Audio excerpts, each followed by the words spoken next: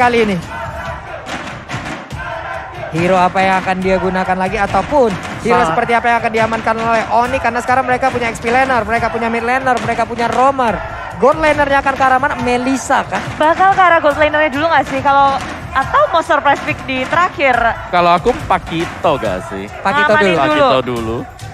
Kalau bukan One, one gold lane, oke. Gold laner dari Onyx udah dibuka karena sebenarnya Onyx nggak perlu rebutan dari segi Jungler ya? jungler hero. RRQ udah ngamanin Hayabusa terlebih dahulu, jadi ini bisa jadi surprise pick untuk Onyx nge-counter dua hero apalagi yang akan diamankan oleh RRQ. Jawaban terakhir dari Onyx dan Batrix. Nggak di-ban oleh Onyx, RRQ bahagia banget sih 11 kalinya. Dan Parsha di tangan RRQ. High ground dibalas high ground. Siapa yang terakhir ulti akan mendapatkan positioning yang mungkin jauh lebih baik. Kalau memang tidak di kill duluan ya. Biasanya. Ya, biasanya kan seperti ya. itu. Oke, dan jugglernya akan jatuh ke tangan. Barat. Barat ternyata. Wow, oke. Wow. Agak sedikit berbeda dari sisi junglernya, tapi Barat Matilda juga. RRQ dan juga Onyx sudah menempati posisinya masing-masing. Dan dengan jungler yang cukup berbeda, yang satu Hayabusa, yang satunya juga Barat. Jadi ada sedikit perbedaan gameplay dari segi junglernya. Oke, perbedaan damage, perbedaan durability. Ini juga beda banget di antara kedua jungler ini, tapi barusan ada Iron Hook dari Finn yang memang udah kena juga ke arah Kiboy. Tapi Kiboy bandel banget, dia malah mendorong mundur karena kita tahu Franco setelah adanya Iron Hook ya udah hanya abang-abangan yang ke bawah jangkar kemana-mana. Ya, ditahan terus-terusan mencoba untuk jadi badan dari Kiboy. Dan Onyx Esports mencoba untuk ngenakin dari Suns-nya, dari cewek. Tapi early rotation, RRQ Husi, mereka punya banyak keunggulan dari Hayabusa Albert. Dia bisa ngasih damage yang sangat besar. Ngelakuin rotasi juga pergerakannya sangat cepat dibandingkan dengan Barat di early game pastinya Om. Ya, tapi Barat di sini dengan Demon Slayer sih. Jadi dia akan memberikan damage yang gede untuk creep jungle. Jadi ini akan ada farming pattern dari Onyx Esports di mana mereka akan main defense dulu. Mungkin lebih karena nungguin one-one-nya untuk jadi. Baru mereka akan melakukan team fight. Kecuali memang kepaksa ya kena Iron Hook. Yap. Jadi untuk one-one sendiri ya selama Nilus of Flower-nya ada. Aman ini dia. nggak bakal bisa ketarik oleh Franco loh. Enak banget dia. Sekalinya ketarik tinggal Nilus of Flower udah anti CC-nya akan langsung aktif barusan. Dengan Phantom Shuriken, Quiet Shadow maju ke bagian depan. Ada First Blood yang berhasil diamankan oleh Clay. Iya, dengan bantuan Albert rotasinya masuk ke area tengah. Samo HT pun udah nggak bisa berkutik lagi. Dia Flicker pun akan nggak bisa untuk menyelamatkan dirinya. Onyx Esports kehilangan First Blood. Rotasi dari Albert ini yang emang waktu dipasang dari early game. Ada Albert dan juga Finn yang bisa untuk melawan rotasi dari atas. Shadow kill terhadap cewek, nggak bisa bertahan lagi. Dan kill kedua di tangan RRQ Husi, tapi berlanjut di area turtle. RRQ Husi masih bisa mengamankan dari sekitar nolnya tanpa retribution yang dikeluarkan dengan satu claim. Maju ke area depan, Black Dragon Fall mengusir mundur lini belakang dari Onyx Esports. Maju ke area depan, Falling Star di pop up. Revolution menguksul dari area belakangnya, tapi R7 gak takut. Dihajar Fall sama di dalam bahaya. Dihajar habis-habisan di Onyx Esports. Wow, pertukaran nyawa antara R7 dan juga Samo HT. Tapi perjuangan yang dilakukan barusan oleh R7 membuat mereka bisa memenangkan team fight barusan dengan menggagalkan satu real world manipulation. Yes, dan inilah yang menyebabkan ketika kita melihat dari secara statistik perbedaan KDA, permainan yang super agresif diperlihatkan oleh Hosi semenjak awal permainan. Yap. Dan dengan kehadiran dari Franco di sini dia ada di sana, dia berdiri hanya untuk bertugas ngedelay. Benar. Kalau memang ketarik dari buffnya, bagus. Ya Kalau udah. enggak ya enggak apa-apa. Plus kalau kita ngelihat Franco kayaknya kita bakal langsung bimbang Om. Ya, seram ya. Ragu mau melakukan apapun gitu loh. Ya. Mau mukul nanti ditarik, nggak dipukul waktu kebuang. Wey, ada lagi Iron Hook tapi nggak kena ke arah siapapun. Dan udah ada sedikit ya gangguan tas barusan Wesker-nya udah masuk juga ke arah tubuh dari Kiboy-nya. Namun Kiboy masih bisa selamat, ada Guiding Wind kali ini yang memanggil One-One. Itu tersisa cuma berapa doang. Sakit ya Wesker-nya ya. Sakit ya dengan satu buah Legend Sword yang akan mengarah ke BOD sebentar dan cewek juga akan mengarah ke Corrosive Side. Jadi masih saling menunggu untuk kedua marksman ini siapa yang lebih cepat jadi. Oke, di antara kedua marksman ini, aduh Iron Hook-nya dikeluarin lagi tapi belum ada target yang berhasil didapatkan. Swallow Pets pun berarti sekarang keadaan ataupun posisi dari VYN mau dia di dalam rerumputan pun akan terlihat dengan 3 weakness yang ada di dalam tubuhnya. Ya. Ya, Ini Finn ada di mana-mana ngasih rotasi dan Bloody Hand dikeluarkan dengan full damage yang besar. RRQ Hoshi berhasil menangkap Kiboy yang berotasi. Wah. Udah nggak bisa lagi masuk rumput sembarangan ya. Jangan anggap rumput yang tidak bergoyang itu tidak berbahaya. Yes. Ada perangko di dalamnya ya. Ya, dan lihat bagaimana tadi penggunaan skill dari RRQ Hoshi. Karena mereka yakin mereka bisa langsung dapetin satu. Mereka all in di sana. Iya, langsung aja Matilda menjadi korbannya. Turtle pun kali ini tanpa adanya kontes akan berhasil diamankan oleh RRQ Hoshi. Cukup slow tempo yang dipermainkan oleh kedua tim ini. Karena Kiboy melihat dari kejauhan, mencari targetnya. Sementara dari arah yang lain, Iron Hook-nya. Geregetan ngelihat. Tapi ada satu guiding win lagi pergi dari area tersebut. Swallow Pad pun dikeluarkan. Hanya saja untuk cewek, One yang nggak bisa maju ke bagian depan. Di mana ada hambatan yang memang tepat berada di depannya. Dan mereka cepat banget ngedapetin satu objektif di area top lane. Udah gak cuma gold shieldnya doang, tapi satu turret yang hilang. Itu apaan? Lagi barusan Rennernya juga masuk lagi untuk sniper damage yang luar biasa. Tapi untuk sekarang ada lagi Bloodhound yang mendapatkan langsung karena Samoa tidak pertempuran kembali pecah. Albertnya berhasil langsung ditabrak dengan satu tank Eagle, tapi dengan Shadow Kill dia menyelamatkan dirinya, menambahkan lagi damage-nya. Tapi Albert berhasil didapatkan. Bahkan untuk kali ini dengan ada lagi crossbow tank yang memang sudah aktif, hanya ada Albert yang berhasil diambil. Ya, menukarkan diri dengan Samoa HT Onyx Esports berusaha untuk mencari keuntungan dari war yang terus-menerus dipaksa oleh RRQ Hoshi. Di area tengah, Albert udah gak bisa kabur lagi. Mereka mempanis Albert. Waduh, Albert sempat tadi ya. Dengan shadow kill dia keluarin, mencoba untuk bisa mendapatkan point kill. Tapi gak ada kuat shadownya. Tapi gak ada. Gak dia bisa kan kabur nongol lagi. tepat berada di area tersebut yang hilang Ngumawa. Ya udah usaha terakhir juga tadi sambil menanti. Siapa tahu teman-temannya bisa cover di belakang dan gak ada cover sama sekali juga. Dan Onyx Esports mereka sedang berjuang kali ini untuk bisa back on the game. Karena kalau kita lihat di sini Finn-nya yang cukup menakutkan ya. Karena dia selalu berada di posisi-posisi yang tidak terduga. Nah, dengan Bloodhound-nya. Bukan Iron Hook kalau untuk game kali ini, tapi Bloodhound-nya. Dia ngumpet, ada yang lewat langsung dipeluk. Itu dia Bude, langsung. Nah lo kan barusan aja kita omongin langsung aja ditarik lagi dengan Iron Hook. Tapi belum ada Bloodhound-nya.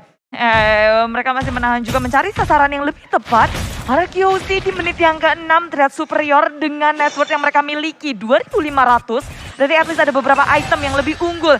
Belum lagi ini kita ngeliat dari Albertnya level 10, Sans baru level 9. Belum ada pergerakan yang berarti dari Onyx Esports. Mereka hanya menjawab apa yang dilakukan oleh RRQ Hoshi. Oke. Sansnya stack 25, pasif bigainya tapi Turtle berhasil langsung didapatkan. Jalan-jalan ke Bekasi pengen Turtle tapi kan dikasih. Itulah yang barusan terjadi antara Onyx Esports versus RRQ Hoshi.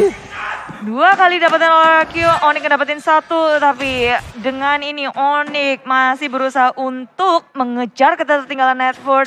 Mulai berotasi secara bersamaan. Kalau sendiri-sendiri nge-split push, berarti itu akan ngenakin RRQ Hoshi. Waduh Bude, hilang sudah wad-wadnya Bude.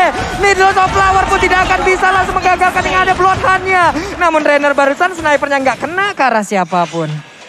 Balasannya itu berdua tumbang di tengah-tengah sungai, ada cewek dan juga Finn. Untuk RRQ Hoshi menumbangkan Finn, kehilangan Finn bukan menjadi masalah, tapi cewek ini akan menjadi masalah yang besar untuk Onyx Esports. Ya sekarang masih butuh waktu ya, butuh gold juga dan Bloodhound di sini gak akan bisa di cancel oleh Needles in the Flower. Iya nggak bisa, Needles of Flower hanya berlaku untuk Iron Hook tapi tidak untuk Bloodhound. Cuman Sansnya dengan pasif Biga yang dia miliki, stack 25, badannya akan sangat tebal sekali. Apabila memang dia tidak terkena CC yang cukup banyak, itu dia pastinya akan bisa membuat pertahanan di dalam dirinya sendiri. Ya dan sepertinya dari Onyx Esports mereka udah mulai stabil sekarang. Mereka udah mulai mengejar juga dari sisi ekonomi. Tinggal fight-nya di sini ya. Karena Esmeralda dengan Yuzong belum join team fight. Wah. Tuh barusan udah ada lagi Federation tapi kena juga langsung ke arah cewek. Hanya saja Federation langsung digagalkan, langsung dibatalkan begitu aja. Belum ada pergerakan tapi Albertnya mengincar satu sisi terlemah dan peperangan pun kembali pecah. Udah ada konsel langsung maju ke bagian depan. Ada Bloodhound langsung diaktifkan begitu aja. Sementara Samoa mundur ke arah yang berbeda. R7 seorang diri ditabrak Cycling Eagle. Nggak ada yang ngikut ke arah tubuh dari Kiboy, tapi Kiboynya malah menjadi korban untuk kali ini. Hilang sudah satu turret dia milikin Bude. Ya, nggak bisa untuk melawan counter inisiasi dari Onyx Esports telah melaksanakan keadaan di area bottom lane. Membuat mereka harus kehilangan satu lagi tambahan Kiboy. Dia Circling Eagle dan Flicker kabur tapi terlalu terlambat. Dia udah komit maju ke area Jepman. Dan RRQ Hoshi mereka betul-betul udah stick together. Bareng-bareng saling menjemput satu sama lain. Siapa yang ngasih damage? Ada penutupannya juga. Jadi segera resource dibuka dan lagi Federasi di pop up CW dalam bahaya. Udah terlalu low. CW masih bisa selamat tapi Albert mengincar karya Suns. Karel di belakangnya Onyx mundur secara teratur tapi Suns menjadi korban. Wow, dan cewek pun selamat dengan satu WWN di dalam tubuhnya. Barusan ada Shadow Kill juga yang udah nyenggol ke arah tubuh dari One. Cuman RRQC kali ini terus memberikan sebuah serangan yang membuat Onyx sulit untuk berkembang nih Om. Yes, dan players gold oleh Livin by Mandiri, Albert Skylar ada di sana. Wow. Dua pemain yang bisa memberikan burst damage terjadi lagi. Itemnya mereka cepat jadi. Mereka bakal bisa menggerus untuk mendapatkan point kill. Dan dari sisi itemnya juga Albert, di audio udah siap, endless battle sebentar lagi akan menyusul. Itu Rennernya masuk lagi, snipernya masuk lagi. Skylar terus-terusan berulah, ada konsel juga udah diaktifkan. Swallowpad dilemparkan, terkena ke arah Finn. Ada 4 weakness point di dalam tubuhnya. Yang pastinya untuk kali ini dia bersembunyi di dalam rumputan pun pasti akan kelihatan. Namun satu inner turret di area top lane pun berhasil langsung diamankan. Terus ngegulung dengan adanya satu Lord di area top lane, di area bawah ada R7, Iron Hook nggak connect ke siapapun, tapi Onyx masih bisa mendefense inhibitor milik mereka. Di area atas, tengah, bawah masih aman untuk Onyx. Oke, masih aman lagi. Satu inner turret di tengah, di atas, di bawah, semuanya udah remuk. Hanya ada 3 base turret yang melindungi mereka saat ini. Namun kalau dari minimap kita lihat ada serangan yang dilakukan oleh Albert ke depan, bahkan dengan retribution yang langsung dia tekan menuju ke arah One-nya masih bisa selamat. Ya, RRQC mereka bisa memainkan banyak sekali playstyle. Dengan adanya Albert, Hayabusa dia bisa nge-split cepet banget. Sedangkan Onyx agak sedikit sulit kalau mereka mau ngelakuin split. Mereka harus bisa kuat untuk dalam peperangannya. Tapi peperangan yang terus dilancarkan RRQC selalu Onyx Esports belum siap. Ya. Terculik satu seperti misalnya Franco-nya yang buka. Dan Iya. membuat fight-nya jadi 4-5 sama sekali gak fair untuk Onyx Esports. Dan sepertinya objektif berikutnya akan dimainkan bagi RRQC. Betul, jadi kita belum bisa melihat kekuatan penuh war dari Onyx Esports. Karena dari timing yang RRQ bawa terus-menerus, Onyx selalu bisa untuk ditarik kepada gameplay RRQ. Ya itu dia, permainan agresif, pick off satu pemain, kita unggul kuantitas, kita gak perlu fight fair. Yap. Iya kan? Ngapain fight fair gitu. Gak perlu. Culik Gak satu-satu perlu gitu. aja. Apalagi memang dari segi targetingnya ini RRQC ngeri banget, tadi Hayabusanya bisa target langsung ke arah si One. Yap. Dan sekarang tuh coba lihat quad shadow-nya, Albertnya pun udah hadir kembali. Suns berusaha untuk mulai maju. Ada lagi missile expat dikeluarkan. Wohoy. Dengan satu Iron Hook nggak kena ke arah siapapun. Mundur lagi semuanya. Mundur teratur lagi Bude. Melipir dari Onyx khususnya kayak kalau mereka ngelakuin kesalahan akibatnya fatal banget. Karena perlindungan mereka tinggal terus inhibitor aja. Sementara dari RRQC hanya kehilangan satu turret aja di menit yang ke-11. Hanya di area bawahnya. Dan sementara Lord yang kedua sudah hadir di Land of Down. Ini akan menarik perhatian dari RRQC. Mereka udah ngejaga dari wave minionnya, wave manajemennya, di area bawah udah diatasi. Dan membuat Onyx akan sedikit kesusahan kalau mau ngekontes Lord yang kedua ini.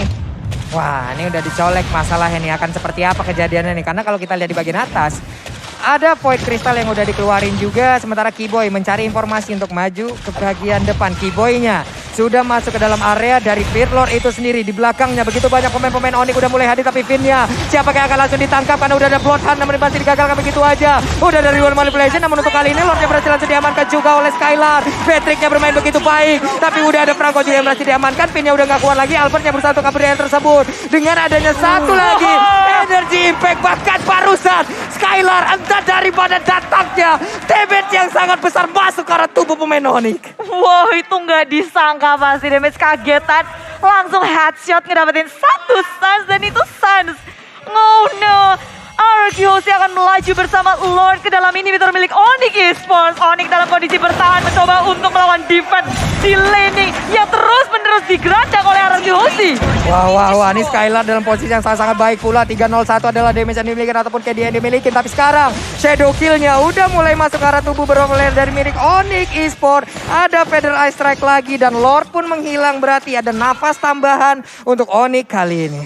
Ya, walaupun kehilangan satu inhibitor tapi Suns lagi beladian dikeluarkan. Ada Nuk yang Onyx mancing-mancing mantap. Suns mencoba untuk kabur tapi tengok semua resource dikeluarkan. R7 mengambil rally di belakang. Cewek masih bisa mengeluarkan Ghost of Sang-nya. Dan R7 tumbang tapi sekarang membalas itu R7 hilang. Ditukarkan dengan Cewek dan juga Gipo. Keyboy. Wow, ini akan menjadi sebuah momen yang sangat indah untuk RRQ karena sekarang Iron Hawk. dengan paling Storma dia maju ke bagian depan tapi udah bisa langsung menghilangkan beberapa wave minananya saja. Kali ini wipe out untuk Onyx Esports dan kemenangan hadir untuk RRQ sih. Wow, game pertama disetir habis oleh RRQ Hoshi. Oh my god, mereka benar-benar menunjukkan bahwa kedisiplinan mereka, rotasinya, segala macam yang ingin mereka dapatkan, didapatin.